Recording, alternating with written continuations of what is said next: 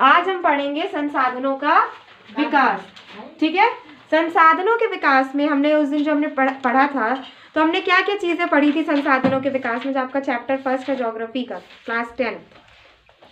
हमने पढ़ा था संसाधन क्या होते हैं और संसाधनों के विकास से क्या फायदा होता है, और संसाधन के प्रकार कितने होते हैं, यानी उत्पत्ति के आधार पर संसाधन कौन कौन से होते हैं, समाप्यता के आधार पर संसाधन कौन कौन से होते हैं, और स्वामित्व के आधार पर।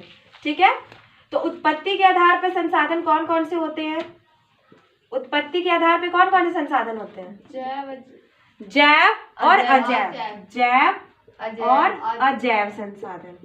ठीक है, दूसरा हमने देखा था समाप्यता के आधार पर संसाधन कौन कौन से होते हैं, नवीकरणीय, हाँ, नवीकरणीय और अनवीकरणीय, नवीकरणीय संसाधन और अनवीकरणीय संसाधन।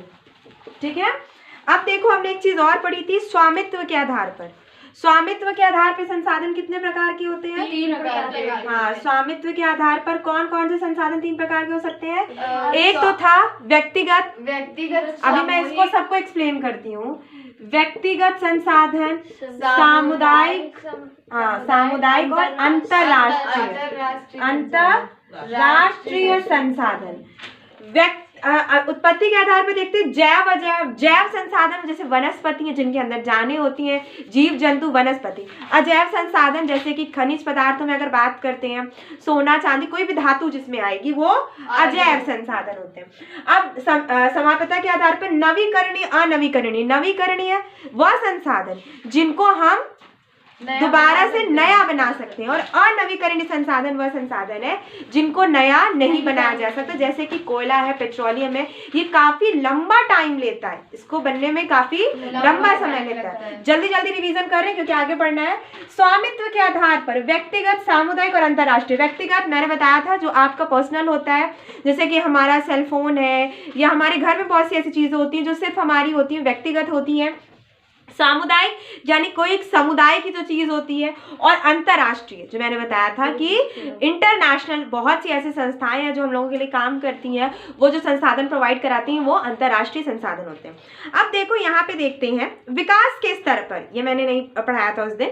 विकास के स्तर के आधार पर अगर देखते हैं, कौन से विकास क्या होता है संसाधन का, स्तर के आधार पर, वो तो पता है डेवलपमेंट है, लेकिन संसाधनों का डेवलपमेंट क्या है, किसी चीज को पॉजिटिव वे में बढ़ना। मैंने बताया था ना, निगेटिव नहीं, परिवर्तन, लेकिन पॉजिटिव परिवर्तन ही विकास है, निगेटिव परिवर्तन विकास नहीं है। जैसे पॉजिटिव परिवर्तन विकास है, क्या इसका एग्जांपल है बहुत अच्छा, जैसे बोर्ड, जैसे ब्लैक बोर्ड, फिर व्हाइट बोर्ड और फिर स्मार्ट बोर्ड। ठीक है, वेरी गुड। अगर हम स्मार्ट बोर्ड से वापस ब्लैक बोर्ड पे आ जाते हैं तो वो डेवलपमेंट नहीं है।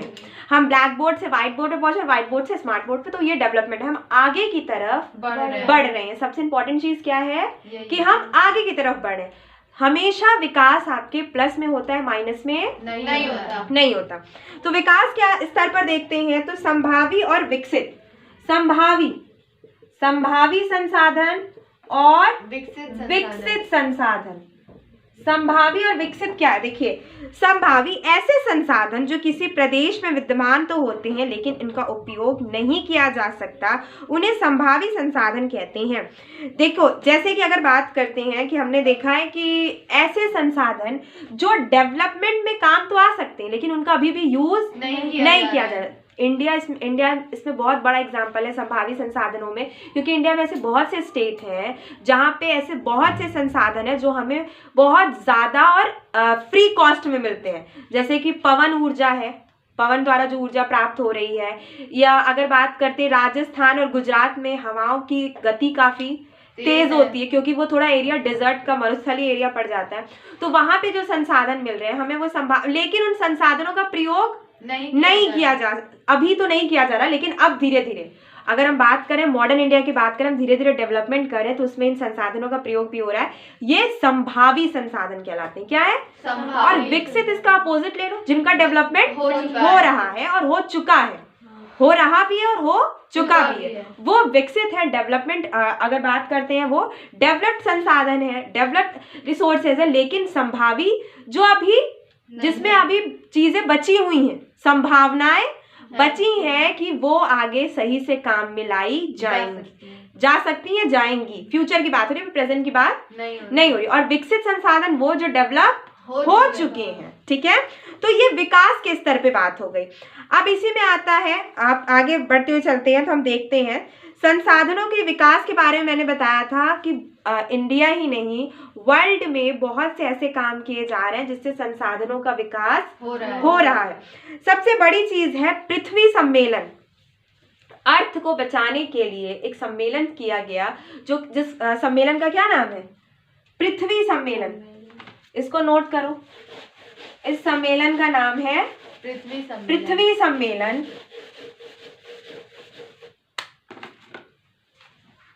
पृथ्वी सम्मेलन, ठीक। पृथ्वी सम्मेलन आपका जो हुआ है ये 1992 में रियो डी जेनेरो में हुआ है, ठीक है। 1992 में, ये 1992 में आपका पृथ्वी सम्मेलन जो आपका हुआ था 1992 में, ये कहाँ हुआ था? रियो डी जेनेरो में हुआ था। रियो डी जेनेरो में हुआ था, ठीक। ये सम्मेलन जो हुआ था, ये सम्मेलन क्यों हुआ था? पृथ्वी को बचाने के लिए, ठीक। और इसका जो मेन मोटो था वो था वैश्विक स्तर पर, विश्व के स्तर पर पर्यावरण संरक्षण कैसे किया जाए। इसका मेन उद्देश्य क्या था?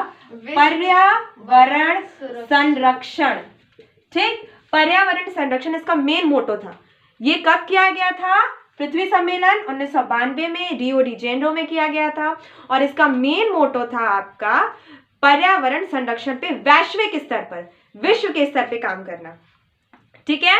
इसी तरह बहुत से कार्यक्रम चलाए गए। अब आगे आपका हम बढ़ते हुए चलते हैं और बात करते हैं संसाधन नियोजन क्या है, ठीक।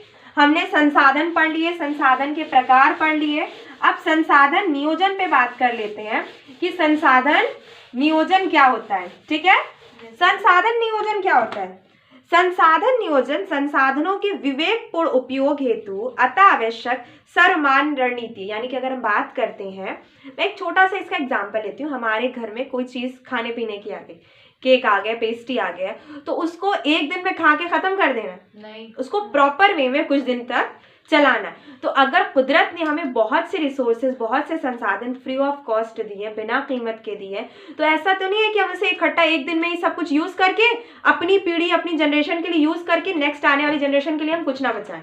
तो ऐसा करना बेवकूफ़ी है। हम उसी चीज़ को आराम से एक स्ट्रैटेजी बना के कि हम इतना यूज़ करेंगे, उसके बाद ये नेक्स्ट वाली पीढ़ी इतना यूज़ करेगी, उसको इतना डेवलप कर सकते हैं, इतना बचा सकते हैं, उसको और कैसे आगे बढ़ा सकते हैं, ये सारी रणनीति क्या कहलाती है? नियोजन कहलाती है। तो संसाधन नियोजन बहुत इंपॉर्टेंट है। अगर देखो भारत में संसाधन नियोजन की स्थिति हम देखते हैं तो संसाधन नियोजन एक जटिल प्रक्रिया, सही बात है, बहुत मुश्किल है, क्योंकि हम जिस जनरेशन में रह रहे हैं ऐसे बहुत से लोग हैं जो संसाधनों का वेस्ट करते जा रहे हैं। आप देख लो कि पेट्रोल डीजल्स के दाम भी बढ़ रहे हैं। पेट्रोल, हमने बताया ना, पेट्रोल कोई आपका नवीकरणीय नहीं है, अनवीकरणीय संसाधन, यानी करोड़ों साल लगेंगे उसको बनने में, लेकिन फिर भी पेट्रोल को वेस्ट करना, जैसे कि अगर हम देखते हैं ट्रैफिक पे लोग गाड़ी ऑन करके खड़े हैं तो उससे वेस्ट हो रहा है पेट्रोल आपका। अगर हम देखते हैं लोग गाड़ियां पूल नहीं करते, पूल का मतलब है एक साथ अगर लोग चाहें कि 4 लोग एक ही कार में बैठ के एक रास्ते में अगर उनका दफ्तर है तो जाए, लेकिन ऐसे लोग नहीं करते, एक गाड़ी किसी की, दूसरी गाड़ी किसी की। तो ऐसे क्या हो रहा है? संसाधनों का हम हद से ज्यादा यूज कर रहे हैं। तो आगे आने वाली जनरेशन को ऐसा हो सकता है कि वो संसाधन मिले ही ना, ठीक, क्योंकि ये कौन सा संसाधन है? अनवीकरणीय, जल्दी बन नहीं सकते, काफी टाइम लेंगे। देखो अब भारत में संसाधन नियोजन की बात करते हैं तो हम जब आजाद हुए उसके बाद से बहुत सी पंचवर्षीय योजनाएं, 5 years प्लान चलाए गए। हाँ, 5 year प्लान्स में एग्रीकल्चर, इंडस्ट्री, संसाधन, गरीबी, जस्टिस, इसमें बहुत सी ऐसी पंचवर्षीय योजनाएं चलाई गई जिसने इन पे काम किया। उन्हीं पंचवर्षीय योजनाओं में कुछ प्लान ऐसे बनाए गए जो संसाधनों को बचाने और उनके सही से प्रयोग करने के लिए भारत में बनाए गए हैं, ठीक है। तो संसाधन नियोजन समझ में आ गया। भारत में संसाधन नियोजन का सबसे ज्यादा काम कब हुआ है? तो पंचवर्षीय योजनाओं के तहत किया गया है, ठीक। और अगर हम देखते हैं संसाधन नियोजन क्या है, तो संसाधन नियोजन संसाधनों का सही मात्रा में और सही ढंग से प्रयोग करना, एक रणनीति के तहत, कैसे, एक पूरा प्लान बना के रणनीति के तहत अगर हम संसाधनों का प्रयोग करते हैं तो वो क्या है, संसाधन नियोजन है। ठीक है, क्लियर, संसाधन का नियोजन है। संसाधन संरक्षण क्या है, देखो रणनीति के तहत प्लान करके उसको यूज करना ये नियोजन है, और उसको बचाना ये संरक्षण है। ये डिफरेंस समझ लो, संरक्षण क्या है, बचाना, नियोजन क्या है, उसे रणनीति के एक प्रोसेस ऐसा बनाओ कि वो हद से ज्यादा यूज ना हो। तो जो हम यूज करें उसकी एक स्ट्रैटेजी हो, लेकिन संरक्षण है कि उसको हम बचा के रखें। तो नियोजन और संरक्षण दोनों ही बहुत इम्पोर्टेंट है हमारे। अगर हम देखते हैं, अगर हम संसाधन को बचाना चाहते हैं और उसको यूज भी, अब सिर्फ बचा ही तो नहीं सकते ना, क्योंकि थोड़ा बहुत यूज तो हमें भी करना है, तो नियोजन भी जरूरी है और संरक्षण भी जरूरी है। किसी भी तरह के विकास में संसाधन महत्वपूर्ण भूमिका निभाती है। मैंने बताया था ना, डेवलपमेंट में संसाधन बहुत जरूरी है, चाहे वो आपकी मिट्टी हो, चाहे पानी हो, ये सब भी तो संसाधन एक तरह के, तो ये भी बहुत इंपॉर्टेंट है। हमारे पास हर व्यक्ति की आवश्यकता पूर्ति के लिए बहुत कुछ है, लेकिन किसी के लालच की संतुष्टि के लिए नहीं। अर्थात हमारे पास पेट भरने के लिए बहुत है, लेकिन पेटी भरने के लिए नहीं। संरक्षण का मतलब क्या है, हमें बचाना है, लेकिन बचाने का मतलब ये नहीं है कि सब कुछ अपने पास ही बचा के स्टोर करके रख ले, आगे आने वाले जनरेशन के लिए हम कुछ ना बचाएं। हमें क्या करना है, हमें बचाना है, लेकिन उसको सही से यूज करते हुए बचाना है। ये नहीं कि अपने घर में उसका भंडार बना लिया, स्टोर बना लिया, तो वो बचाना नहीं कहलाएगा, वो क्या कहलाएगी, लालच कहलाएगी ना। हमने अपने लिए सब कुछ भर के रख लिया, हमें उसको यूज करते हुए बचाना है, यानी थोड़ा थोड़ा उसका संरक्षण करते हुए, उसे बचाते हुए हमें यूज करना है। तो यही नियोजन है और यही संरक्षण है। समझ में आ गया डिफरेंस, संरक्षण और नियोजन क्या क्या होता है। इससे कई क्वेश्चन बन सकते हैं कि संसाधन नियोजन क्या है, संसाधन नियोजन और संरक्षण से क्या आशय है, ये आपके बोर्ड में क्वेश्चन बन सकते हैं। आगे देखते हैं भू संसाधन क्या होते हैं। नाम से कुछ समझ में आ रहा है, भूमि से रिलेटिव जो संसाधन होंगे वो भू संसाधन होंगे। भू संसाधन जो भूमि से रिलेटेड संसाधन होंगे वो भू संसाधन होंगे। अब देखो, मानव भूमि पर निवास करता है, ये तो बिल्कुल सही बात है। ये अपने आर्थिक क्रियाकलापों और इस पर संपन्न करता है, विभिन्न रूपों में इसका उपयोग करता है। ऐसे में भूमि महत्वपूर्ण प्राकृतिक संसाधन है। मैंने कहा मैं एक फैक्ट्री लगाना चाहती हूँ, कहाँ लगाऊंगी फैक्ट्री, आसमान में, जमीन पे। मैं खेती करना चाहती हूँ, कहाँ करूंगी, जमीन पे। मुझे घर बनाना है, कहाँ बनाना है, जमीन पे।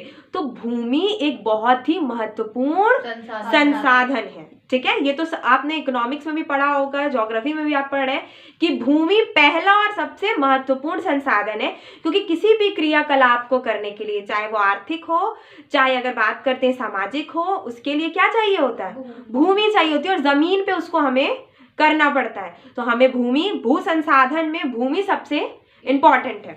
अब देखो बात करते हैं, हमने एक बार बताया था ना कि जो जमीन है वो कितने भागों में बटी है, मैदानी, पठारी और पर्वतीय। जमीन कितने भागों में बटी है, 3, मैदानी, पठारी और पर्वतीय। तो इसी भूमि, इसी लैंड के हिसाब से हम काम करेंगे ना। कृषि हम कहाँ कर सकते हैं, मैदानी क्षेत्रों में कर सकते हैं। खनन का काम कहाँ हो सकता है, पहाड़ी या पठारी। खनन जैसे जहाँ से खनिज पदार्थ निकलते हैं, सोना चांदी अभ्रक धातुएं निकलती हैं, वो कहाँ काम होगा, पठारी या पर्वतीय क्षेत्र में, मैदानी क्षेत्र में नहीं होगा।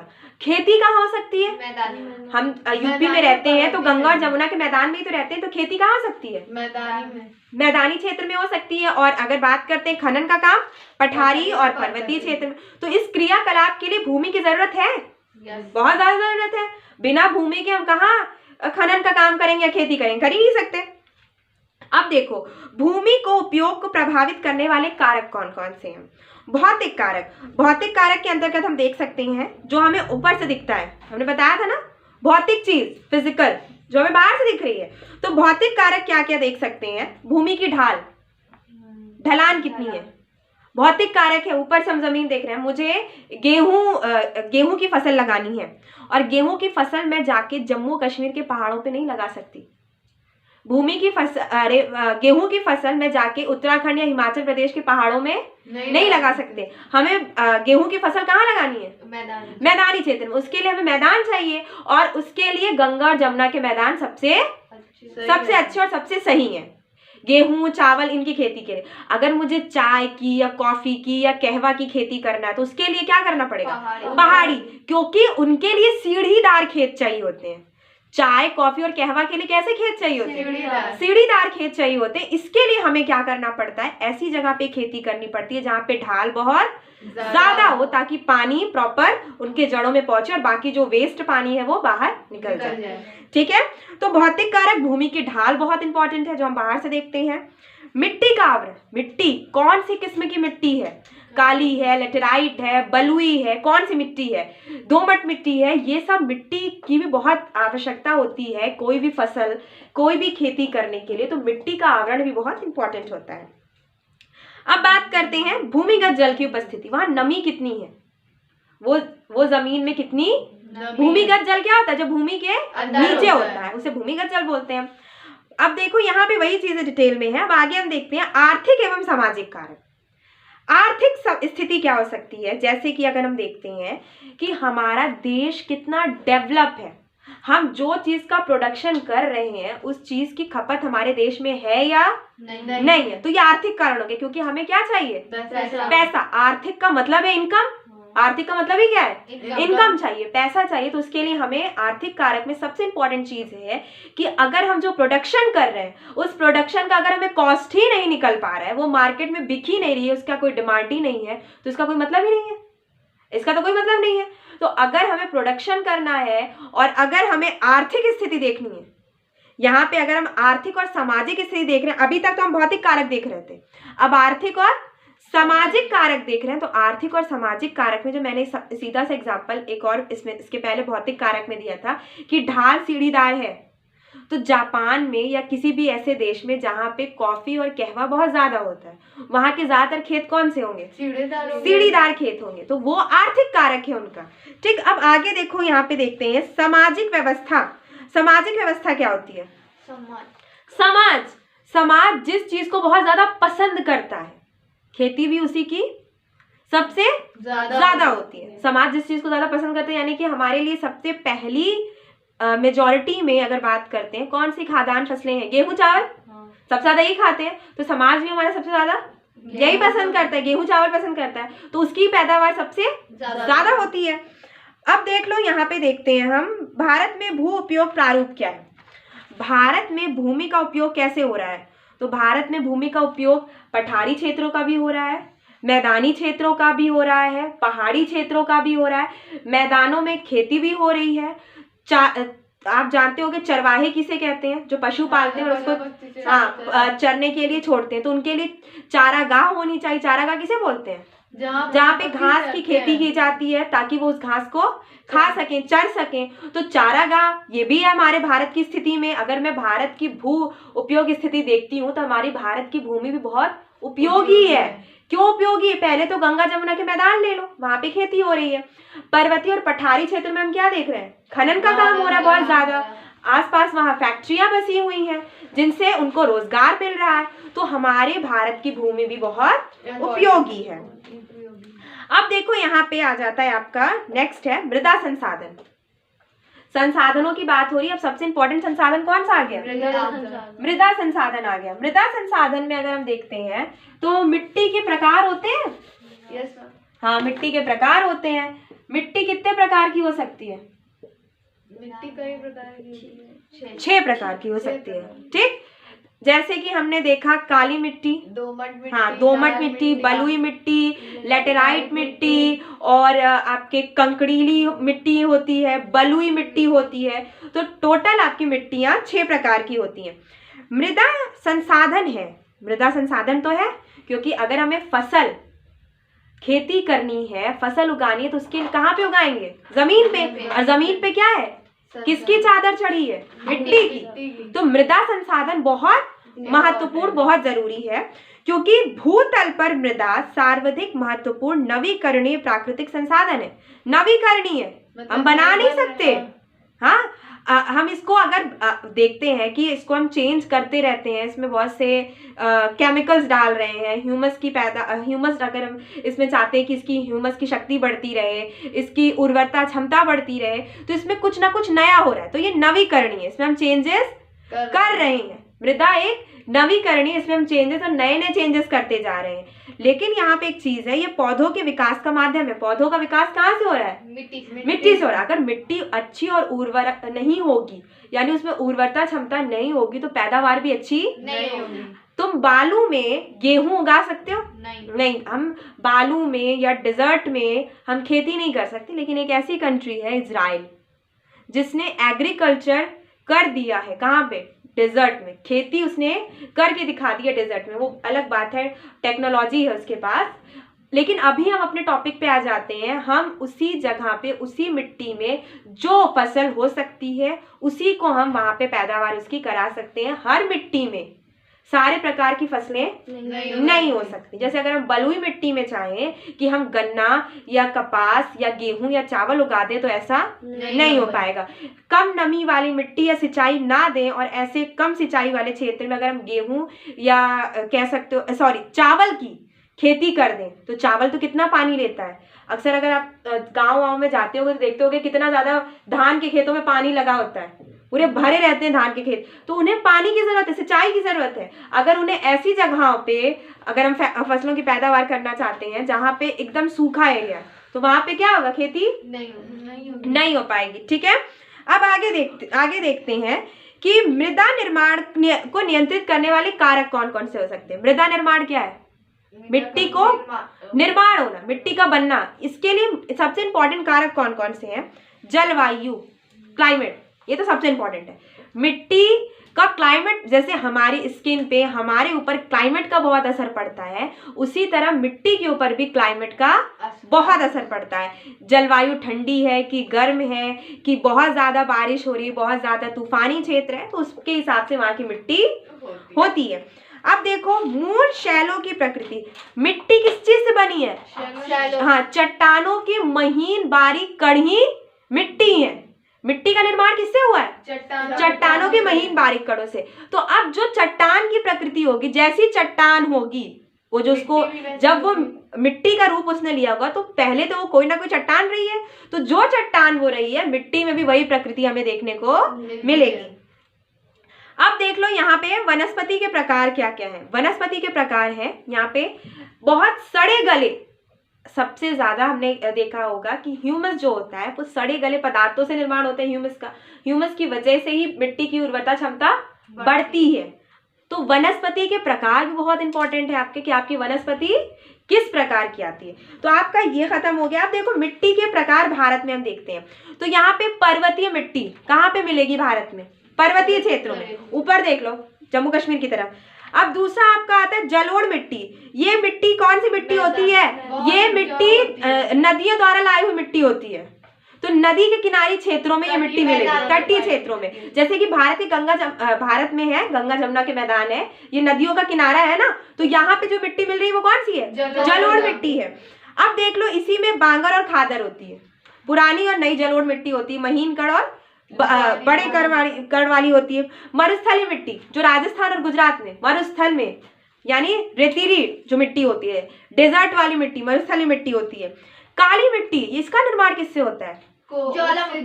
ज्वालामुखी से जो मैग्मा निकलता है, लावा और मैग्मा जो निकलता है, वो काली मिट्टी का निर्माण कराता है। लेकिन अगर वो मैग्मा और लावा पतला है, अगर वो बहुत ज्यादा गाढ़ा नहीं है, क्योंकि गाढ़ा होगा तो पठार बन जाएंगे, पतला हुआ तभी उससे काली मिट्टी बनती है।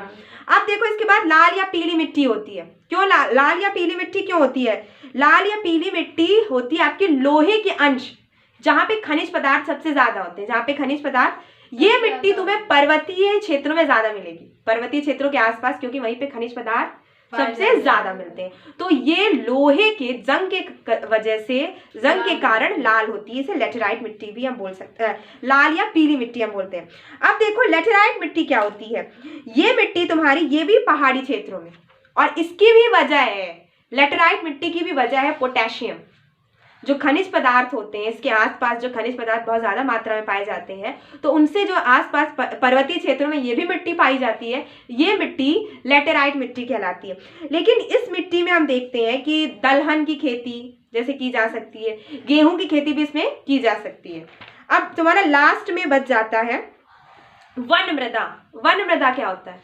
वनों के लिए जो मिट्टी चाहिए वो वन मृदा होती है। वन मृदा कैसी होती है कि इस प्रकार की मृदा पहाड़ी और पर्वतीय क्षेत्रों में पाई जाती है जहां पर्याप्त वर्षा वन उपलब्ध है। वन मृदा के गठन में पर्वतीय पर्यावरण के अनुसार बदलाव आता है। देखो क्या होता है कि जो आपकी वन मृदा होती है वो महीन हो ताकि जो आपके वन होते हैं उसकी जड़ें उन मिट्टियों को पकड़े रहें। जितना विशाल वृक्ष होता है वो वन कहलाता है ना, जितना विशाल वृक्ष, जितना विशाल वन होता है उसकी जड़ें उतनी लंबी और गहरी होती है और उसको पानी की जरूरत होती है। ठीक, अब देखो भारतीय मिट्टी के गुण क्या क्या है। लास्ट है अब तुम्हारा चैप्टर खत्म। ये भारतीय मिट्टी के गुण क्या क्या है।